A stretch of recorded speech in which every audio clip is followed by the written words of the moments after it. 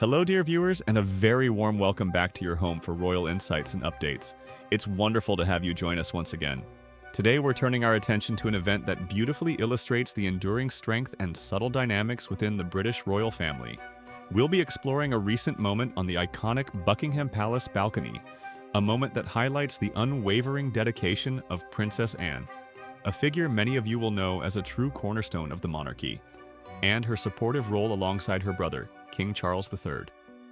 It's a story of tradition, quiet vigilance, and the unspoken bonds that hold the firm together, especially during times of public scrutiny. Before we delve into the details of this fascinating observation, if you appreciate these deeper dives into royal affairs and enjoy staying informed, please do take a moment to like this video, and if you haven't already, subscribe to our channel. And don't forget to click that notification bell so you never miss an update from us. Your support truly means the world and helps us continue bringing you this content. Now, let's set the scene. The occasion was one of profound national significance, the commemoration of the 80th anniversary of VE Day, Victory in Europe. Day, as we know, marks a pivotal moment in history, the end of the Second World War in Europe, a time for reflection, remembrance, and national pride. Such anniversaries are observed with great solemnity and ceremony by the royal family, who play a central role in leading the nation's tributes. On this particular Monday, a day earmarked for poignant remembrance, King Charles III and Queen Consort Camilla stood on the historic Buckingham Palace balcony. They were there to witness a spectacular flypast, a traditional and stirring tribute from the armed forces, soaring through the London skies to honor the sacrifices of a generation. This wasn't just any flypast, it was one marking 8 decades since the guns fell silent in Europe, an event laden with historical weight and emotional resonance.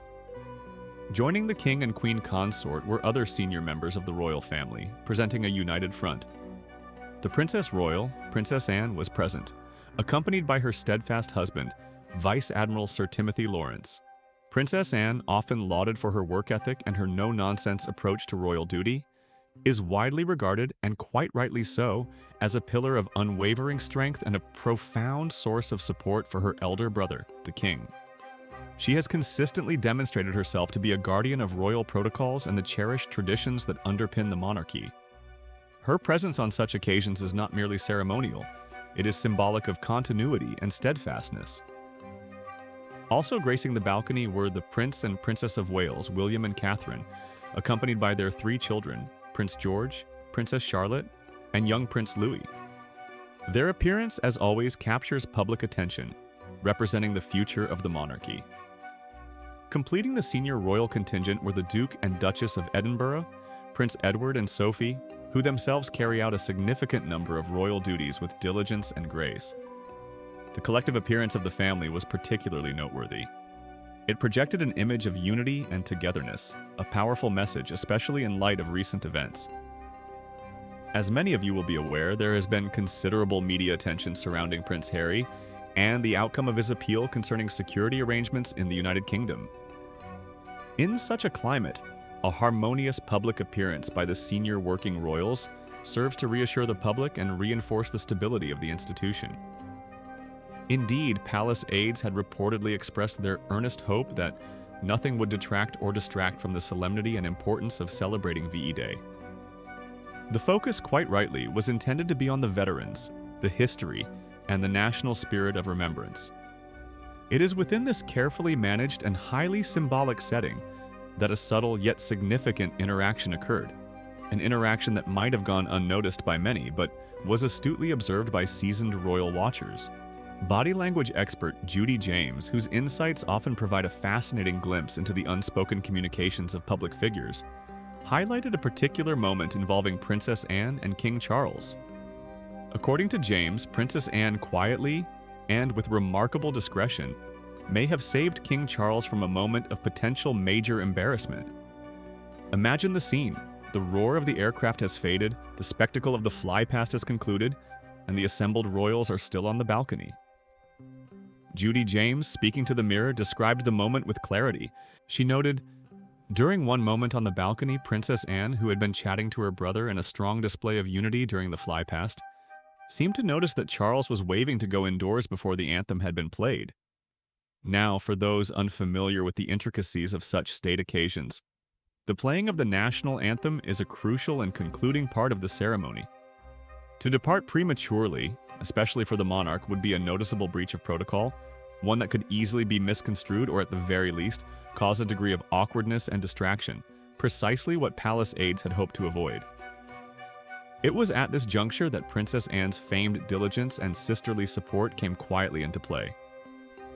James continued her observation, detailing Anne's subtle intervention. Placing a hand out to pat him affectionately on the back, she seemed to warn him so he could turn and get into position. This was not a grand gesture, no public correction, but a discreet, almost imperceptible signal from a sister to her brother. The affection in the pat on the back speaks volumes about their personal relationship, while the act itself underscores Anne's role as a guardian of propriety and her deep understanding of the ceremonial requirements. It was a moment of familial support wrapped in the guise of royal duty. Judy James further elaborated on the significance of this gesture, explaining that it suggested Anne was quietly keeping an eye on her brother. This isn't to imply any failing on the king's part. The pressures of such high-profile events are immense, and the choreography is complex.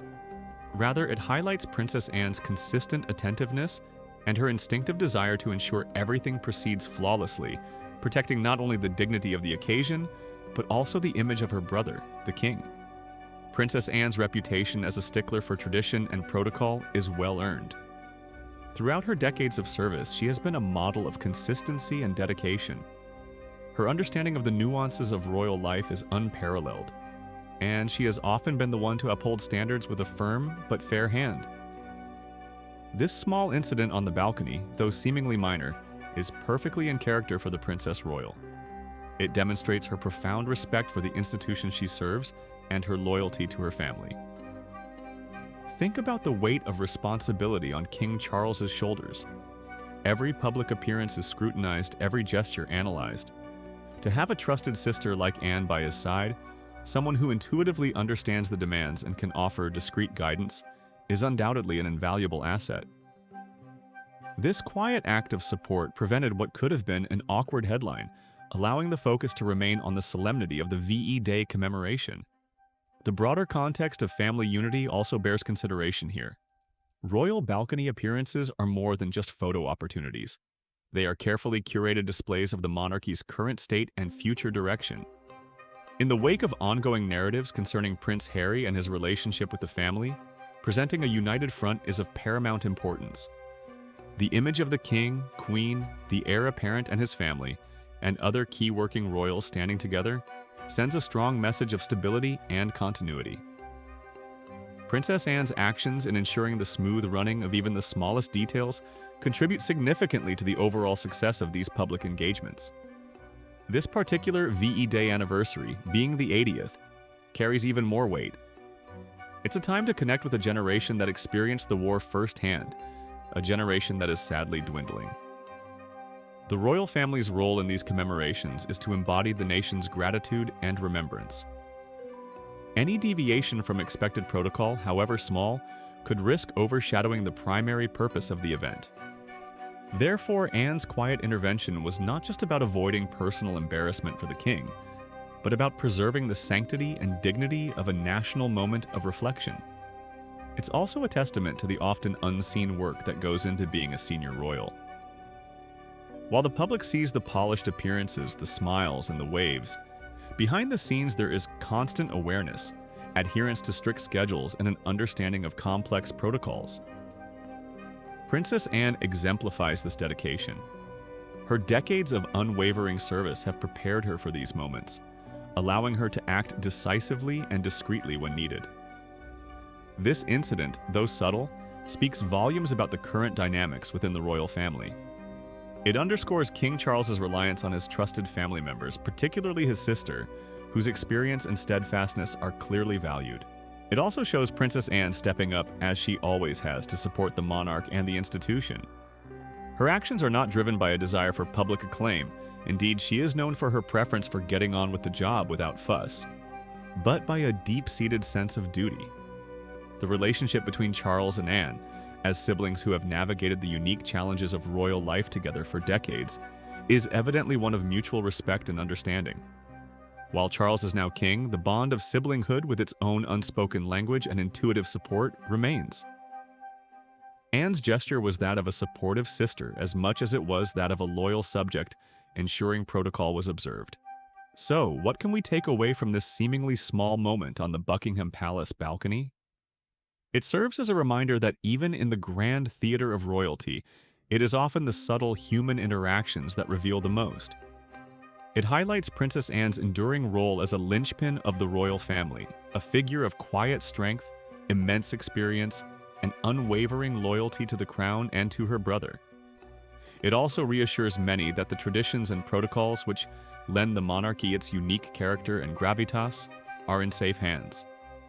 This event focused on commemorating a hugely significant historical moment like the 80th anniversary of VE Day, was successfully kept dignified and respectful, thanks in no small part to the vigilance of individuals like Princess Anne.